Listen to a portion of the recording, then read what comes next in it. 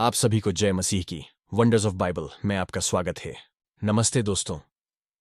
आज मैं आपके लिए एक ऐसी कहानी लेकर आया हूं जो हमें सिखाती है कि कैसे यीशु मसीह हमारे जीवन को बदल सकते हैं, चाहे हम कितने भी अकेले या टूटे हुए क्यों ना हों।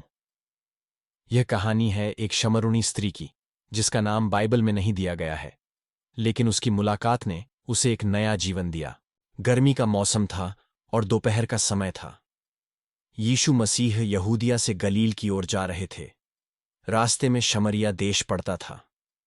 शमरूनियों और यहूदियों के बीच गहरी दुश्मनी थी, इसलिए यहूदी अक्सर शमरिया से होकर नहीं जाते थे, लेकिन यीशु को वहां जाना था। वे सुखार नामक एक नगर के पास पहुंचे, जहां याकूब का कुआं था। यीशु यात्रा से थक गए थे, इसलिए वे कुएं पर बैठ गए, जबकि उनके चेले भोजन खरीदने नगर में चले गए। इतने में एक शमरूनी स्त्री पानी भरने कुएं पर आई। यह दोपहर का समय था, जब आमतौर पर कोई पानी भरने नहीं आता, क्योंकि धूप बहुत तेज होती है। शायद वह भीड़ से बचना चाहती थी, क्योंकि उसका अतीत ऐसा था कि लोग उससे दूर रहते थे।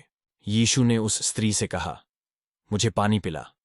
यह सुनकर स्त्री हैरान हो गई। तू यहूदी होकर मुझसे, एक शमरूनी स्त्री से, पानी क्यों मांगता है? उसने पूछा। यहूदी शमरूनियों के साथ व्यवहार नहीं करते। यीशु ने उसे उत्तर दिया, यदि तू परमेश्वर के वरदान को जानती और यह भी जानती कि वह कौन है जो तुझसे कहता है, मुझे पानी पिला, तो तू ही उससे मांगती और वह तुझे जीवन का जल देता। स्त्री ने कहा, हे प्रभु, तेरे पास तो कुछ है ही नहीं जिससे पानी निकाला जाए, और कुआं गहरा है, तो फिर तेरे पास वह जीवन का जल कहां से आया? क्या तू हमारे पूर्वज याकूब से भी बड़ा है, जिसने हमें यह कुआं दिया और खुद भी इससे पिया, और उसके पुत्रों और पशुओं ने भी? यीशु ने उससे कहा, जो कोई इस जल में से पीता है वह फिर प्यासा होगा, परंतु जो कोई उस जल में से पिएगा जो मैं उसे दूंगा, वह फिर कभी प्यासा न होगा। वरन जो जल मैं उसे दूंगा वह उसके भीतर एक ऐसा सोता बन जाएगा जो अनंत जीवन तक उमड़ता रहेगा। यह बात सुनकर स्त्री उत्सुक हो गई। उसने कहा, हे प्रभु, मुझे वह जल दे, ताकि मैं फिर प्यासी न हूं और पानी भरने के लिए यहां बार बार न आना पड़े। यीशु ने अचानक उससे कहा, जा, अपने पति को यहां बुला ला। स्त्री ने उत्तर दिया, मेरा कोई पति नहीं। यीशु ने उससे कहा, तूने ठीक कहा, मेरा कोई पति नहीं।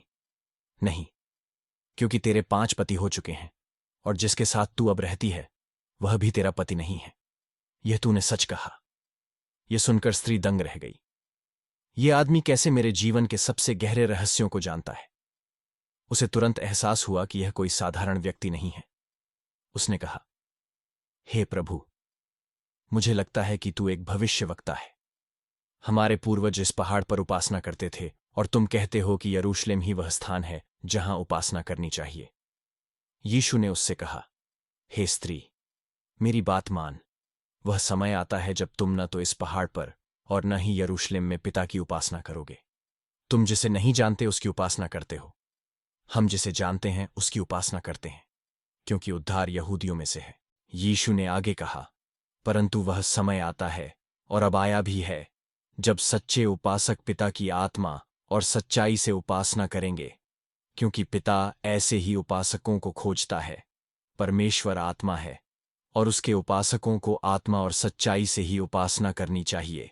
स्त्री ने उत्तर दिया, मैं जानती हूं कि मसीहा, जिसे ख्रिस्त कहते हैं, आने वाला है। जब वह आएगा तो हमें सब कुछ बताएगा। यीशु ने उससे कहा, मैं ही हूं जो तुझसे बात कर रहा हूं। इस अद्भुत घोषणा ने स्त्री के जीवन को हमेशा के लिए बदल दिया। जिस मसीहा का वह इंतजार कर रही थी वह उसके सामने खड़ा था और उससे बातें कर रहा था। उसी समय यीशु के चेले वापस आ गए और यह देखकर हैरान हुए कि वह एक स्त्री से बात कर रहे थे, खासकर एक शमरूनी स्त्री से। लेकिन किसी ने उनसे सवाल नहीं किया।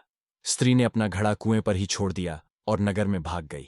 उसने लोगों से कहा, आओ, एक पुरुष को देखो, जिसने मुझे वह सब कुछ बताया जो मैंने किया है। क्या यह मसीहा नहीं हो सकता? उसकी गवाही सुनकर बहुत से लोग नगर से निकलकर यीशु के पास आए। उन्होंने यीशु से आग्रह किया कि वे उनके साथ ठहरें, और यीशु वहां 2 दिन तक रहे। और भी बहुतों ने उसके वचन के कारण विश्वास किया।